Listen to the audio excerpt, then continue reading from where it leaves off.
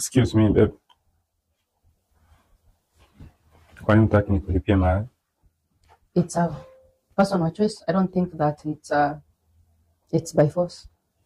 Si force, wazazi wako wamekuwa wameuliza, tumekaa sana.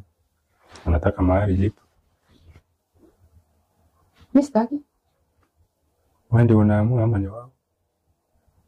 Nikiwa ready kulipiwa mahari, I will pay them myself. Mimi niko ready. Na sitaki Sister zangu walilipa mahari. Kulingana na culture, unajua zile wanatoa mzae anatugawia na sisi tunalipia mabibi zetu. So I think it is the right time nikulipia.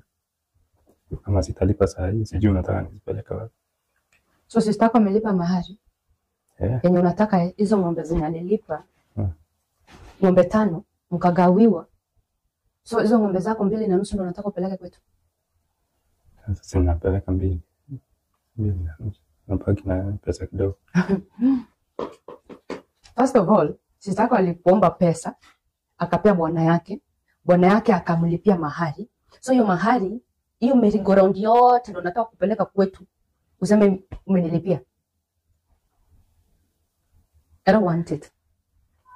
And if my parents have been asking me for a dowry, I will talk to them. And if they need it so much, I will give them.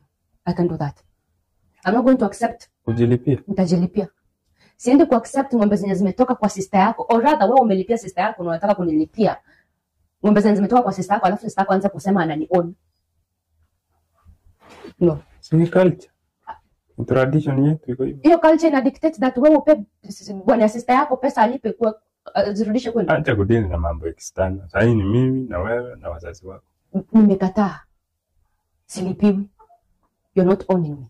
Nitajilipia. Wewe plani kukaa hapa. Nitajilipia hata kama si plan kukaa hapa ama na plan kukaa hapa, whichever way nitajilipia. So that hata mkiamua mnanifukuza ama sitaki kukaa hapa, I can just walk freely. Marriage is not by force. Ninyi mnanionyesha madharau ndogo ndogo alafu mnataka nikaa hapa nikivumilia na mkilipa. Kama mjalipa na mnanionyesha mkilipa. Takufunga basi. Nenda, nitajilipia mbele wazazi wangu